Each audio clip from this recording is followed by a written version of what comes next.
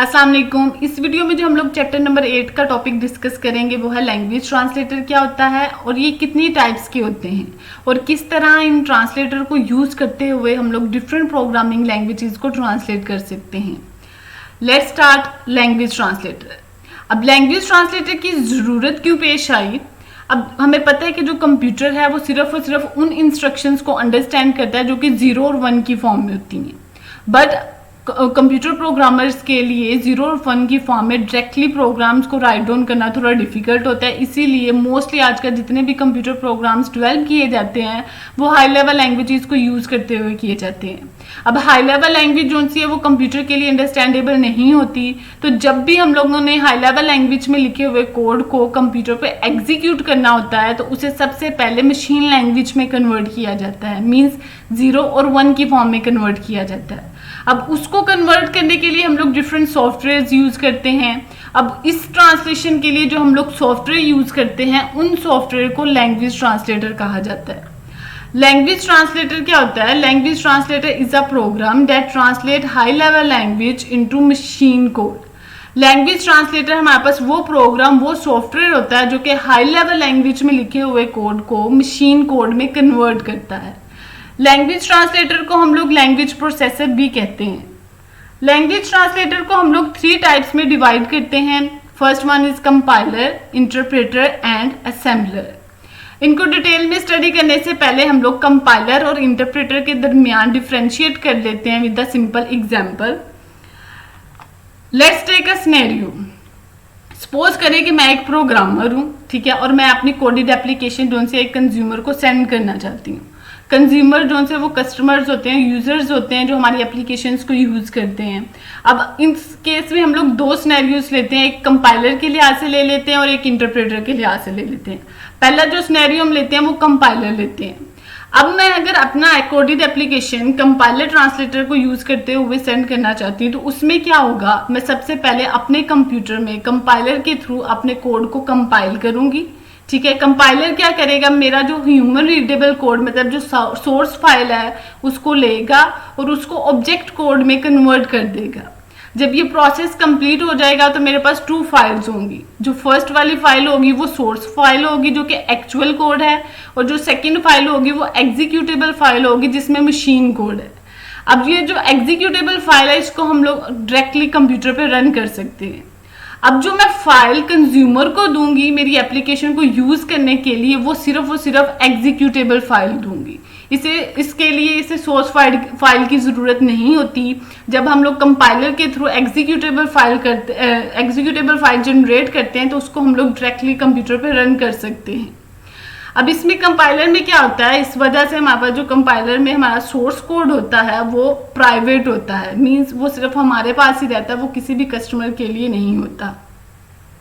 इसी तरह अगर हम लोग इसी एग्जांपल को इंटरप्रेटर में लें तो जब अपना एप्लीकेशन कोड जो सा है इसमें जो सोर्स कोड होगा मैं उसकी एक्चुअल फाइल अपने कंज्यूमर को सेंड करूंगी इंस्टेड ऑफ एग्जीक्यूटेबल फाइल। तो कंज्यूमर क्या करेगा? इस फाइल को रन करने के लिए सबसे पहले अपने सिस्टम के लिए वो इंटरप्रेटर प्रोग्राम को डाउनलोड करेगा, उसको मेरी ये सोर्स फाइल देगा। इंटरप्रेटर क्या करेगा? इस सोर्स फाइल को एग्जीक्यूटेबल फाइल में चेंज करेगा और उसको कंप्यूटर पे रन कर देगा। इंटरप्रेटर की केस में हमारे पास जो सोर्स कोड होता है वो प्राइवेट नहीं होता, वो पब्लिक हो जाता है, क्योंकि हम लोगों ने अपना सोर्स कोड हर कंज्यूमर को देना होता है जिसने हमारी एप्लीकेशन यूज करनी होती है। So let's see in detail compiler. Compiler is a language translator program that translate complete source program into machine code as a whole. जो कंपाइलर होता है ये हमारे पास सोर्स प्रोग्राम को मशीन कोड में ट्रांसलेट करता है as a whole. As a whole का क्या मतलब होता है? अब जैसे हमने प्रीवियस सिनेरियो में देखा कि मैंने कंज्यूमर को जब अपनी कोडेड एप्लीकेशन सेंड करनी थी कंपाइलर केस में तो मैंने उसे एग्जीक्यूटेबल फाइल सिर्फ सेंड की थी।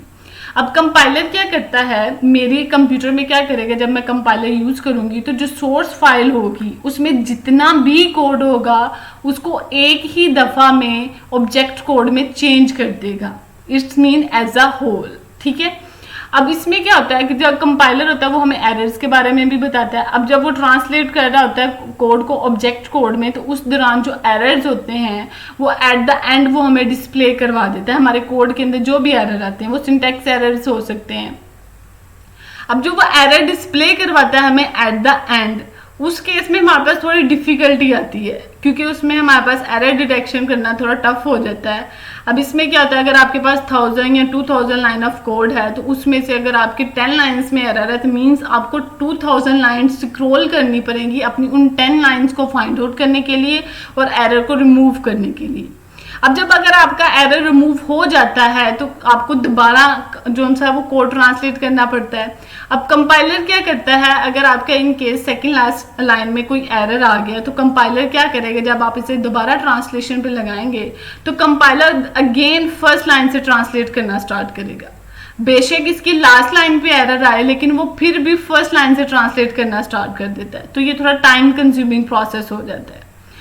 उसके अलावा कंपाइलर में एक ये चीज आती है कि इसकी जो एग्जीक्यूशन होती है वो फास्ट होती है। एग्जीक्यूशन फास्ट इसलिए होती है क्योंकि ये पूरे के पूरे कोड को एक दफा में ही ऑब्जेक्ट कोड में कन्वर्ट करता है और उसके बाद कंप्यूटर पे एग्जीक्यूट करता है।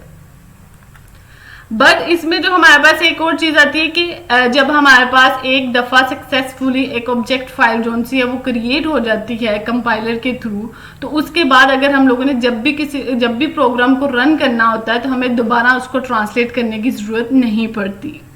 कंपाइलर की हमारे पास डिफरेंट एग्जांपल्स आ जाती हैं। टर्बो सी, सी प्लस प्लस है, ये सी लैंग्वेज के लिए यूज़ किया जाता है। जस्ट इन टाइम है, जीसीसी है, इसको हम लोग यूज़ करते हैं। जो हमारे पास लिनक्स बेस्ड ऑपरेटिंग सिस्टम्स होते हैं, बोर्डलैंड है, ये भी सी लैंग्वेज के लिए यूज़ किया जाता है।